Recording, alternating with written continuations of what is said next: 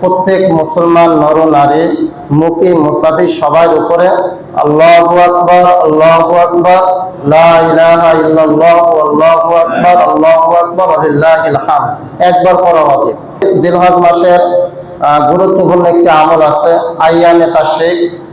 জিলহজ মাসের 9 তারিখ থেকে নিয়ে জিলহজ মাসের 12 তারিখ আসর পর্যন্ত, জিলহজ মাসের 9 তারিখ ফজরের থেকে নিয়ে জিলহজ মাসের 12 তারিখ আসর পর্যন্ত প্রত্যেক ফরজ নামাজের পরে প্রত্যেক মুসলমান নর নারী মুকিম মুসাফির সবার উপরে আল্লাহু আকবার আল্লাহু আকবার লা ইলাহা ইল্লাল্লাহ আল্লাহু আকবার ওয়ালিল্লাহিল হামদ একবার পড়া উচিত।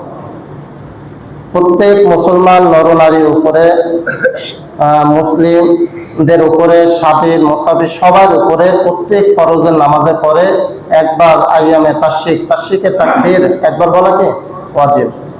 সেটা হলো আমরা মা বোনদেরকে বলবো ইনশাআল্লাহ যে জিলহজ মাসের 9 তারিখ অর্থাৎ ঈদের আগের দিন ফজর থেকে নিয়ে ঈদের তৃতীয় দিন 11, 12, হ্যাঁ ঈদের তৃতীয় দিন আসর পর্যন্ত আমরা আমাদের মা বোনদেরকে ইনশাআল্লাহ জানাবো।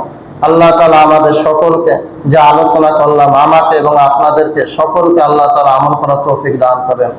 আখির দাওয়ানা আলহামদুলিল্লাহি রাব্বিল আলামিন। যারা সুন্নাত আদায় করেনি সুন্নাত আদায় করেন।